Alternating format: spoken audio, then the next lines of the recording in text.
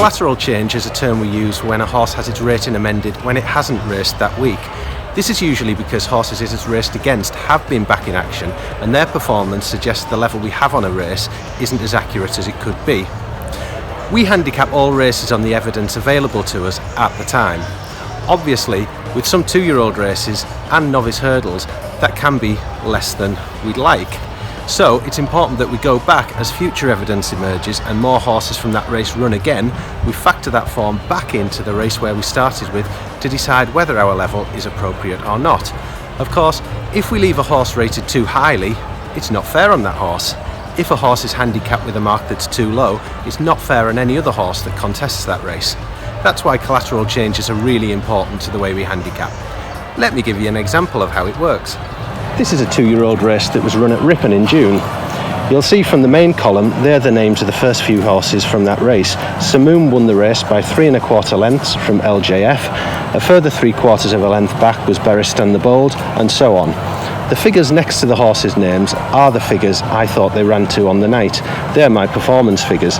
Samoom ran to a figure of 83, LJF ran to 74, Beristan the Bold 72, and so on.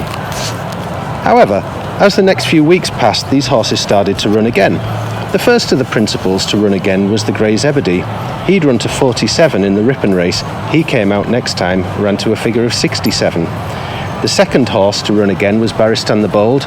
He improved as well, not 72 this time, but 79.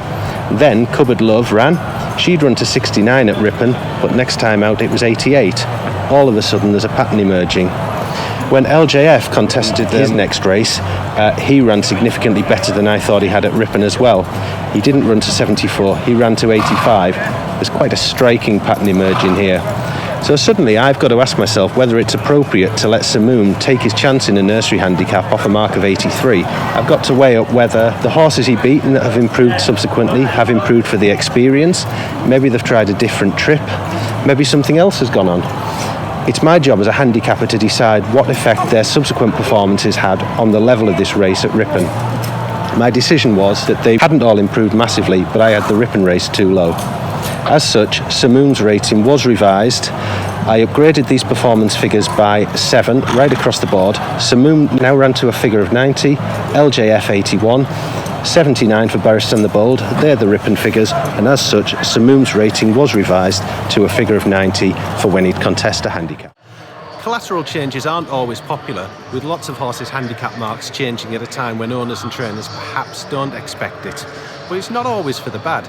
At the last count, 65% of collateral handicap changes were reductions in handicap marks rather than raises. We do believe it's the best policy. After all, it's very important that every horse has an equal chance.